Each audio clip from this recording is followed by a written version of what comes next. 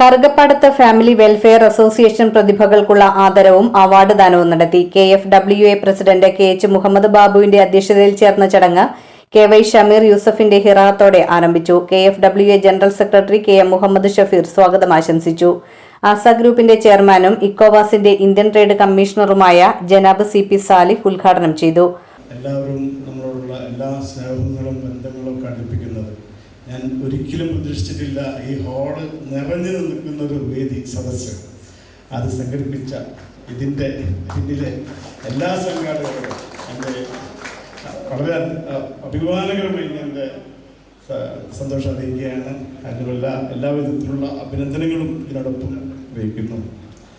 ഒപ്പം ഇവിടെ നമ്മുടെ അടുത്ത ജനറേഷൻ മക്കൾക്ക് വേണ്ടിയുള്ള അവരുടെ ഏതൊക്കെ നിലയിൽ ഏതൊക്കെ ക്ലാസ്സുകളാണെന്ന് എനിക്കറിയില്ല. ഡിഗ്രി ആയിരിക്കാം, അല്ലെങ്കിൽ 10ാം ക്ലാസ് ആയിരിക്കും.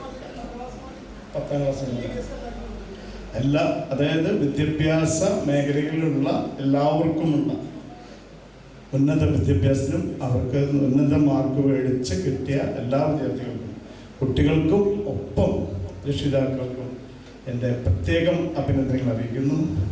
ഇതൊക്കെ തന്നെയാണ് നമ്മുടെ കുടുംബ മീറ്റിങ്ങും നമ്മുടെ ഒരുമിച്ചുള്ള ഈ യൂണിറ്റിയും തന്നെ വേണ്ടത്. ഇതിനെല്ലാ വിധത്തിലുള്ള ആശംസകൾ അർപ്പിക്കുന്നു.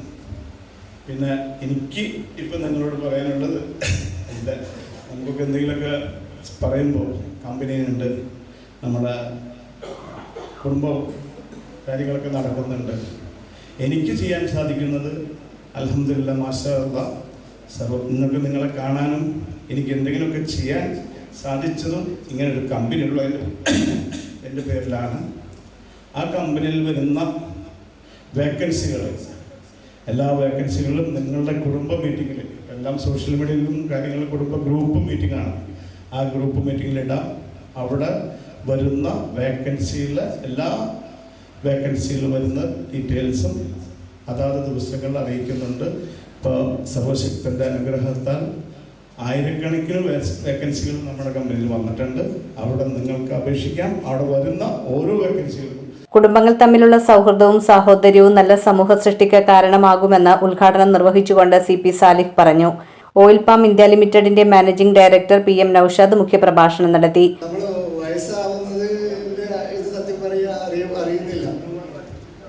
ഞാൻ 2022 റിട്ടയർ ചെയ്തതാണ്. 4 വർഷം എൻ്റെ സൗകര്യത്തിനനുസരിച്ച് എനിക്കിഷ്ടമുള്ള കാര്യങ്ങൾ, എനിക്ക് പാഷനായിട്ടുള്ള കാര്യങ്ങൾ ചെയ്തുകൊണ്ട് നടന്നിരുന്നതാണ്. അതിൻ്റെ ഇടയിലാണ് ഈ പബ്ലിക് റിക്രൂട്ട്മെൻറ്റ് ബോർഡിൻ്റെ ഒരു അഡ്വർടൈസ്മെൻറ്റ് കണ്ടു.